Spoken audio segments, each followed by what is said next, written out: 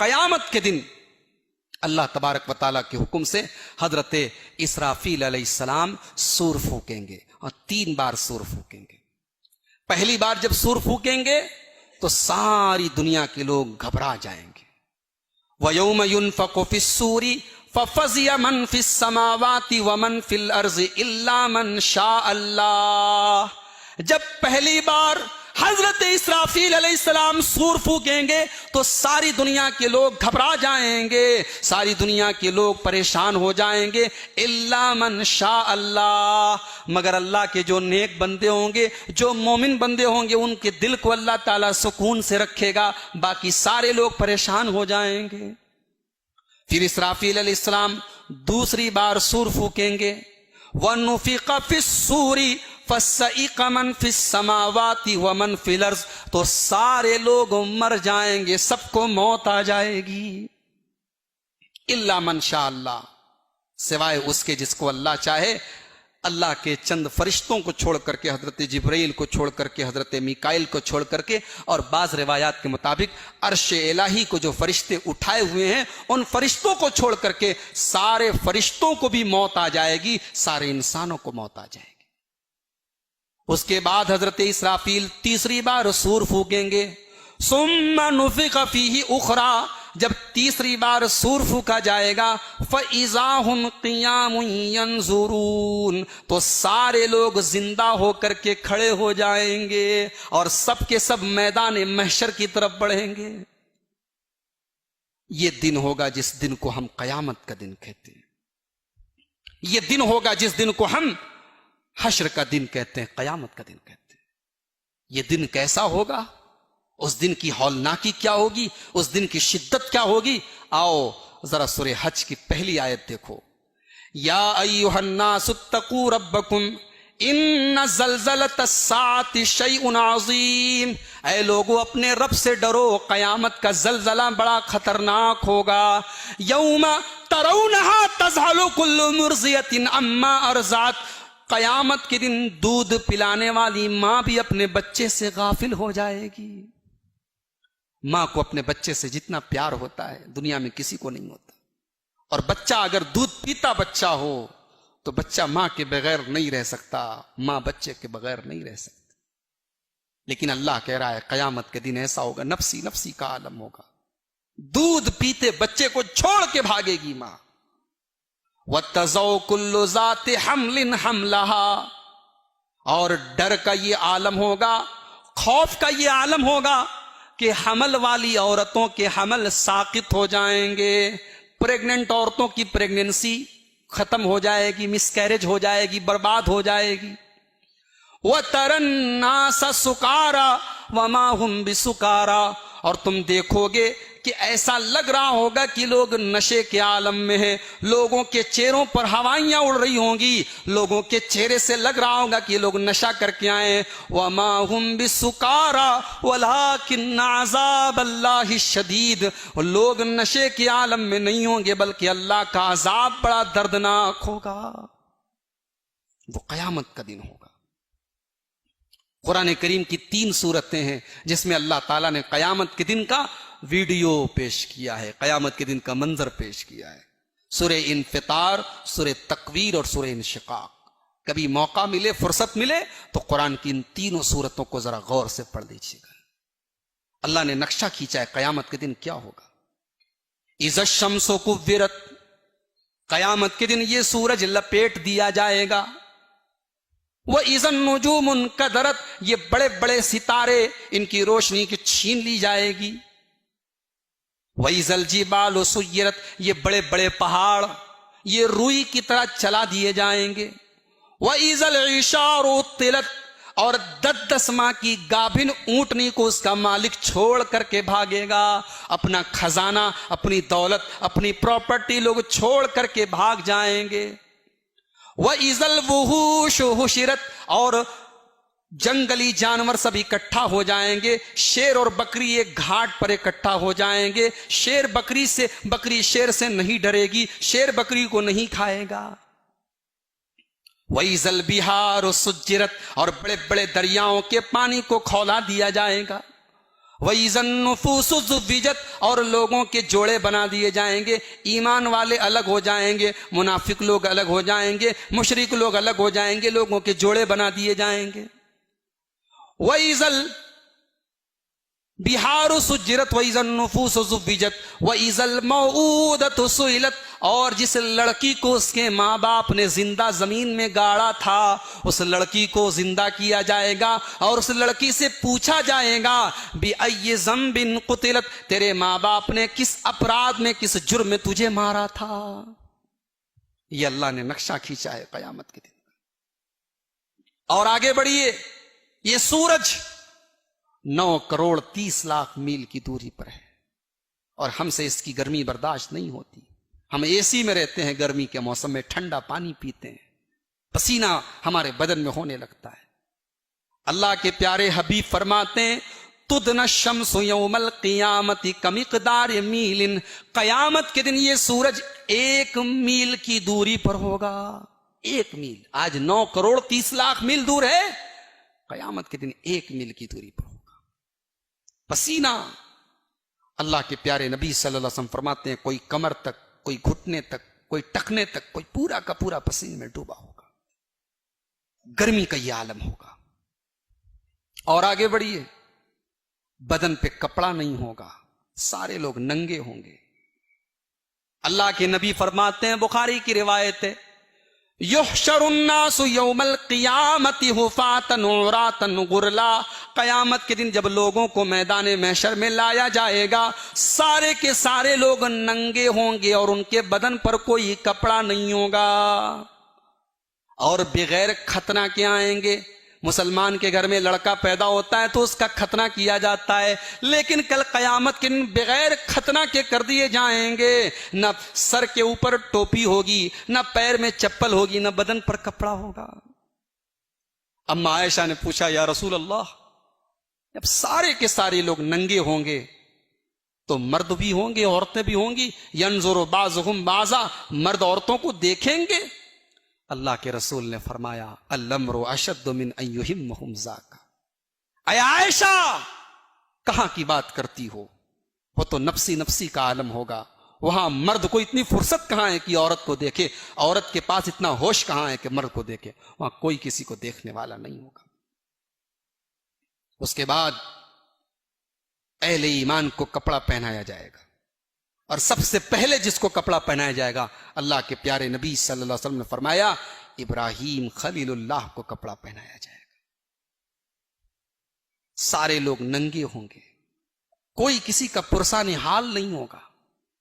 दुनिया में हम परेशानी में होते हैं, हमारा भाई हमें बचाने की कोशिश करता है, हमारा बाप हमें बचाने की कोशिश करता है, हमारी औलाद हमें बचाने की कोशिश करती है। क़यामत के दिन कोई किसी को नहीं बचाएगा। यौम यफ़िर्रुल मर्उ मिन अख़ी व उम्मिही व अबी व साहिबतिही व बनी, क़यामत के दिन आदमी अपने बाप को देखकर भागेगा, अपनी माँ को देखकर भागेगा, अपने भाई को देखकर भागेगा, अपनी औलाद को देखकर भागेगा। लिकुल्लि इम्रिइन मिनहुम यौमइज़िन शअनुन युग़नी, क़यामत के दिन तो इंसान को अपनी फिक्र होगी। और इतना ही नहीं, हालात तो ये होंगे कि आदमी ये तमन्ना करेगा कि मेरे बाप को पकड़ लिया जाए, मुझे छोड़ दिया जाए, मेरी मां को पकड़ लिया जाए, मुझे छोड़ दिया जाए। यवद्दुल मुजरिमु लौ यफ्तदी मिन आज़ाब यौमिज़िन बिबनी व साहिबतिही अख़ी व फसीलतिही अल्लती तुवी व मन फिल अर्ज़ि जमीअन सुम्मा युनजी। आदमी तमन्ना करेगा, अय अल्लाह मेरे बेटे को ले ले, मुझे छोड़ दे, मेरी बीवी को ले ले, मुझे छोड़ दे, मेरे पूरे खानदान को ले ले, मुझे छोड़ दे। नफ्सी नफ्सी का आलम होगा। उस दिन हमारी जिंदगी भर की किताब हमारे सामने रखी जाएगी। ववुज़ियल किताबु फतरल मुजरिमीन मुशफ़िक़ीन मिम्मा फ़ीह, सारी जिंदगी हमने जो गुनाह के काम किए हैं, जो गलत काम किए हैं, उन सारे कामों की एक फाइल बन जाएगी, एक डायरी बन जाएगी, एक रजिस्टर बन जाएगा, एक नाम आमाल बन जाएगा। वह वुज़ियल किताब, हमारी जिंदगी की किताब हमारे सामने रखी जाएगी। फतरल मुजरिमीन, तो जो मुजरिम लोग होंगे, जो अल्लाह के नाफरमान होंगे, वो डरे हुए होंगे, वो सहमे हुए होंगे, और वो कहेंगे वह यक़ूलून, और वो कहेंगे या वैलतना मा लिहाज़ल किताबी, हाय हमारी बर्बादी, ये कैसी किताब है, ये कैसी डायरी है, ये कैसा रजिस्टर है। ला युगादिरु सगीरतन वला कबीरा, हमने दुनिया में छोटा से छोटा अमल किया था, वो भी इसके अंदर रिकॉर्ड है। हमने कोई बड़ा काम किया था, वो भी इसके अंदर लिखा हुआ है। हमने रात को कमरा बंद करके, लाइट ऑफ करके, अकेले में अपने बेडरूम में बैठ करके जो गलत काम किया था, वो भी इसके अंदर रिकॉर्ड है। कब्र के अंदर क्या होता है, आइए जरा एक दो हदीसें उसके ऊपर भी देख लेते हैं। बुखारी और मुस्लिम की रिवायत है, हजरत अनस रज़ी अल्लाह तआला अन्हु हदीस को रिवायत कर रहे हैं।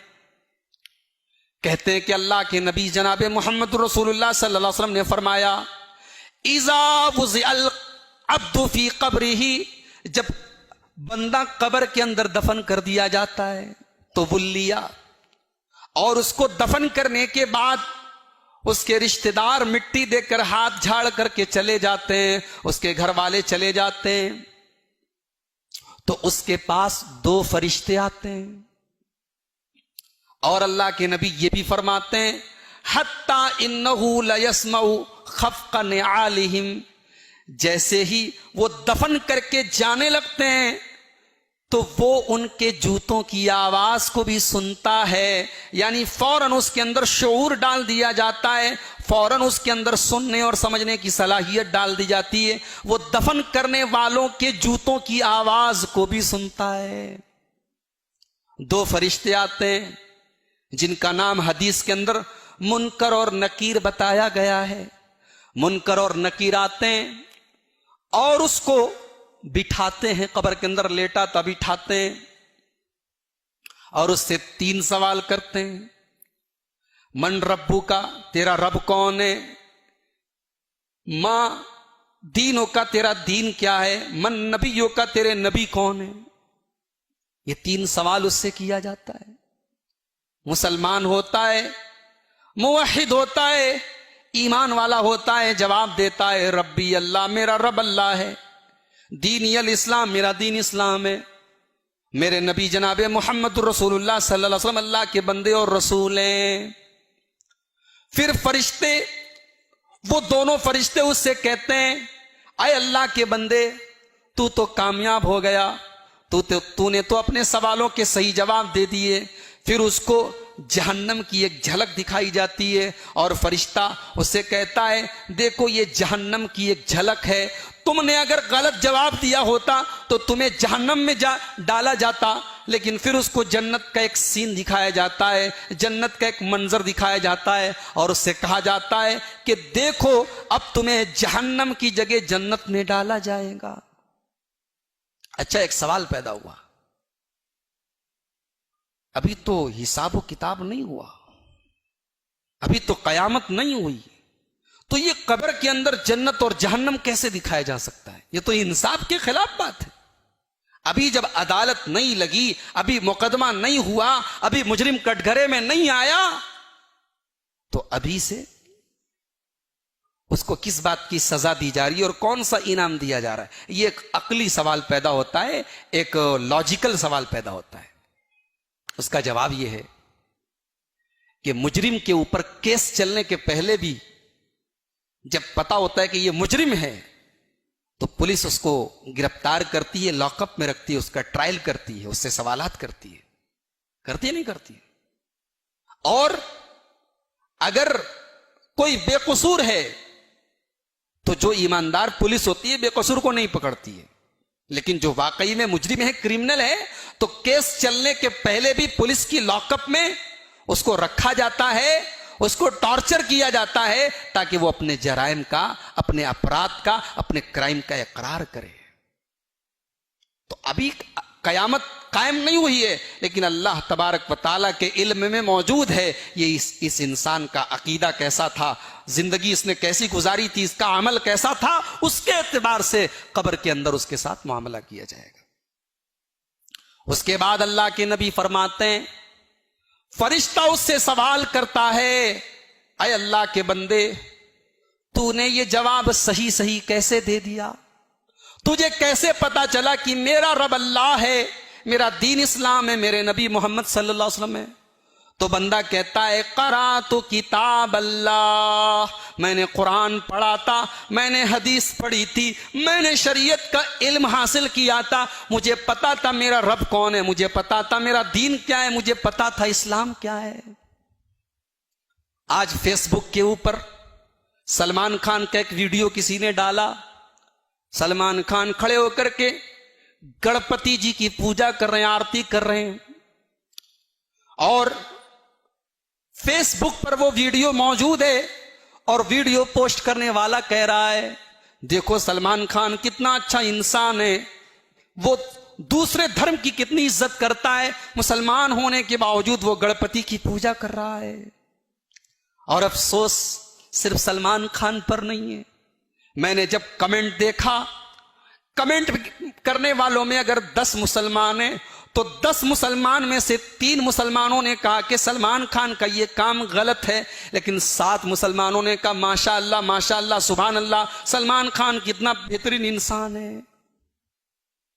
एक मुसलमान किसी मूरत के आगे आरती कर रहा है, पूजा कर रहा है, उसको पता नहीं तौहीद का मतलब, उसको पता नहीं ईमान का मतलब, उसको अपने रब की तौहीद नहीं मालूम, वो कब्र में क्या जवाब देगा?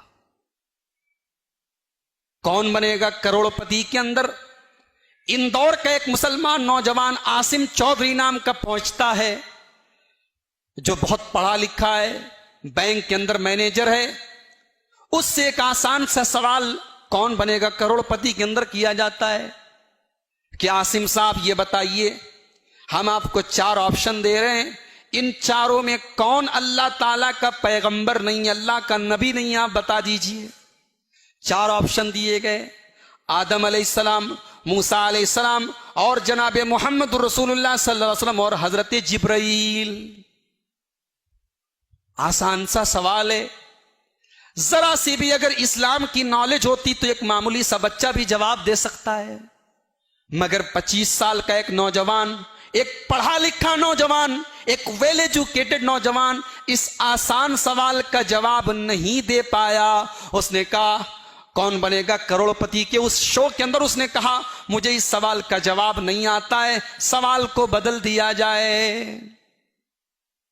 ये आज एक मुसलमान के इल्म का हाल है, उसे बैंक के बारे में पूरी जानकारी है, वो MBA भी कर रहा है, वो इंजीनियर भी बन रहा है, वो डॉक्टर भी बन रहा है। मेरे प्यारे साथियों, इस्लाम आपको मना नहीं करता, आप हायर एजुकेशन हासिल करें, आप इंजीनियर बने, आप डॉक्टर बने, आप IAS ऑफिसर बने, आप पुलिस ऑफिसर बने, लेकिन अपने रब को तो पहचाने, अपने नबी को तो पहचाने, अपने दीन को पहचाने, कम से कम कब्र के सवालों का जवाब तो दे सके।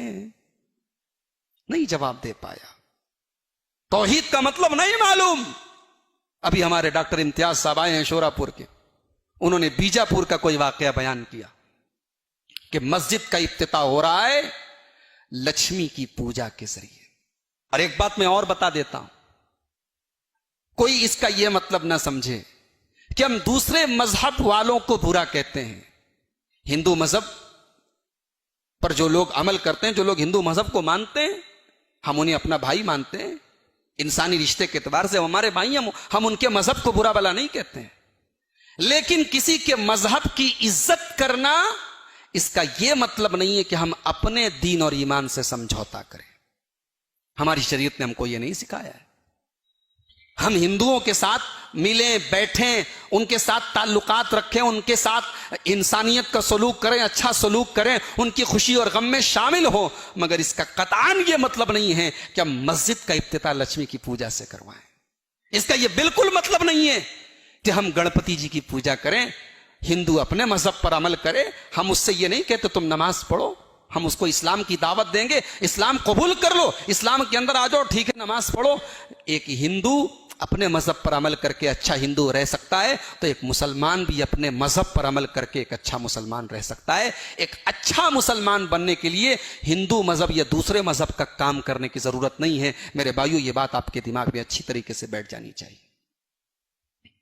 तो इल्म नहीं है, कुरान नहीं पढ़ते, हदीस नहीं पढ़ते, शरीयत का इल्म हासिल नहीं करते, तकरीर होती है, उलमा के बयान होते हैं, लोग बयानों में और उलमा के तकरीरों में शामिल नहीं होते, दीन के बारे में जीरो हैं, जीरो। यही वजह है कि अल्लाह के नबी फरमाते हैं जब कब्र में सवाल किया जाएगा तेरा रब कौन है, तो जिसने शरीयत का इल्म हासिल नहीं किया है, जिसका ईमान सही नहीं है, जिसका अमल सही नहीं है, जिसके पास तौहीद नहीं है, वो कहेगा हा हा ला अदरी, हाय हाय मैं नहीं जानता, मुझे नहीं मालूम। सवाल किया जाएगा तेरे नबी कौन है, हा हा ला अदरी, हाय हाय मैं नहीं जानता। सवाल किया जाएगा तेरा दीन क्या है, हा हा ला अदरी मैं नहीं जानता। और एक रिवायत में ये अल्फाज हैं, कुन तो अकूलू मा यकूलुन्नास, मुझे कुछ नहीं पता, मैं तो वही कहता था जो लोग कहते थे। अभी शोरापुर से आ रहा हूं, एक नौजवान लड़का मिला, कहने लगा मौलवी साहब आशूरा की नमाज पढ़ते हैं क्या? मैंने कहा आशूरा की नमाज, ये कौन सी नमाज है? बोले हमारे यहां मस्जिद में बड़े बड़े पोस्टर लगे हुए हैं, 10 रकात नमाज पढ़ी जाएगी और हर रकात में 15 बार कुल वल्लाहु अहद पढ़ा जाएगा और 10 बार दरूद शरीफ पढ़ा जाएगा और 10 रकात नमाज पढ़ करके उसका सवाब हजरत हुसैन को बख्शा जाएगा। मस्जिद में पोस्टर लगा है, लोग पढ़ रहे हैं, कोई पूछने वाला नहीं कि ये कौन सी नमाज है। जिस हुसैन के नाम पर यह नमाज पढ़ी जा रही है उस हुसैन को तो पता भी नहीं इस नमाज के बारे में। हुसैन के नाना जनाबे मोहम्मद रसूलुल्लाह सल्लल्लाहु अलैहि वसल्लम के दीन में ऐसी कोई नमाज नहीं है, मगर लोग कर रहे हैं। तो कब्र में क्या कहेगा? मैं तो वही करता था जो लोग करते थे। लोग ताजिया उठाते थे, मैं ताजिया उठाता था। लोग मातम करते थे, मैं मातम करता था। लोग तावीज पहनते थे, मैं तावीज पहनता था। लोग मजारों और दरगाहों पे सर झुकाते थे, मैं मजारों और दरगाहों पे सर झुकाता था। कुरान में है कि नहीं, हदीस में है कि नहीं, रब ने कहा है कि नहीं, नबी ने कहा है कि नहीं, इससे कोई मतलब नहीं है। मैं तो वही करता था जो लोग करते थे। अल्लाह। अच्छा, वो आशूरा की 10 रकात नमाज पढ़ के आया, मैंने पूछा रोजा हो तुम? बोला नहीं, रोजा तो नहीं है। जो काम नबी ने करने का हुक्म दिया, हमारे यहां मुहर्रम की 10 तारीख को हजरत हुसैन के नाम पे खिचड़ा बनाते हैं, यूपी के अंदर, बनारस के अंदर। खिचड़ा जानते हैं आप लोग? खिचड़ा पता नहीं आपके यहां होता है कि नहीं। वो गोश्त को और चावल को और दाल वगैरह को मिला करके एक डिश बनती है, जैसे आपके यहाँ हरीस बनता है या दलीम बनता है, वैसे हमारे यहाँ खिचड़ा होता है।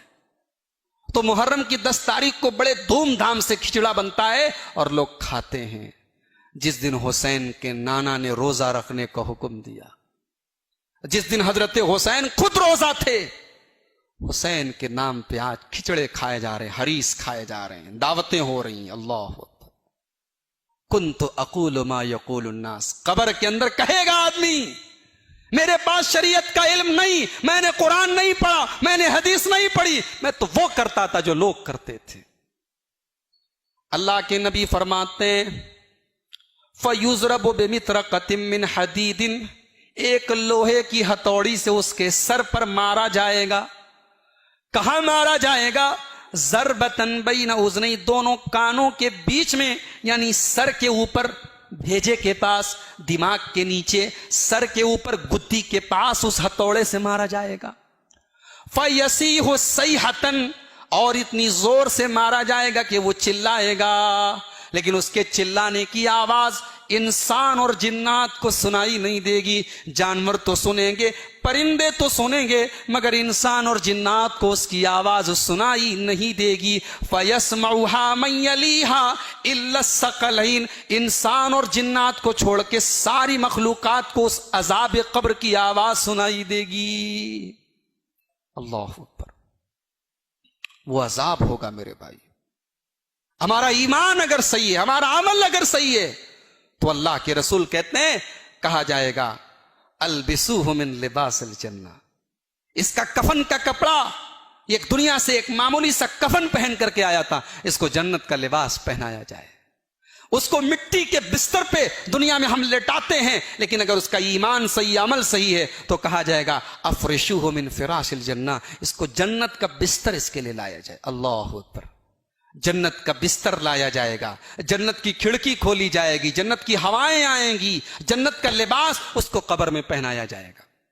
और अगर ईमान नहीं है, तौहीद नहीं है, अकीदा सही नहीं है, अमल सही नहीं है, तो कहा जाएगा अफरिशुहु मिन फिराशिन नार, जहन्नम की आग का बिस्तर लगा दिया जाए। अलबिसूहु मिन लिबासिन नार, जहन्नम का कपड़ा इसको पहनाया जाए। वफ्तहू लहू बाबम मिनन नार, जहन्नम का दरवाजा इसके लिए खोल दिया जाए। जहन्नम की गरम गरम हवाएं इसको महसूस होनी चाहिए। अल्लाह हम सब की हिफाजत फरमाए। वक्त ज्यादा हो रहा है, ये कब्र के ताल्लुक से चंद बातें थी। अब अपने टॉपिक के दूसरे पहलू की तरफ हम आगे बढ़ते हैं।